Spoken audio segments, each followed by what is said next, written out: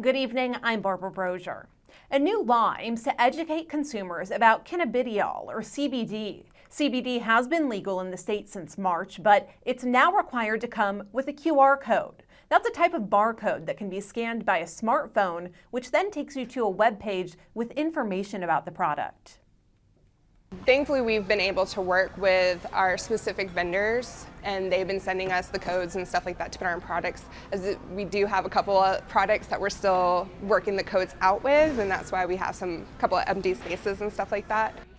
Retailers who don't follow the labeling requirement could face up to $10,000 in fines and lose their retail license. Changes could be coming to Bloomington's Kirkwood Avenue.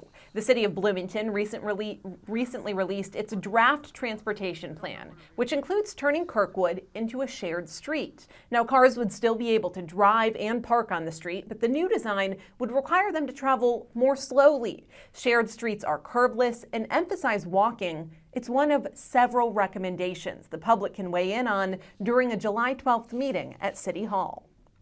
And the Terre Haute City Council will consider changes to its so-called dance ordinance tomorrow night. The measure requires a permit for any public dance within the city, but critics say the language is too broad. The revised language would change the wording of the ordinance to focus on special events. The council could decide whether to adopt the changes at tomorrow night's meeting.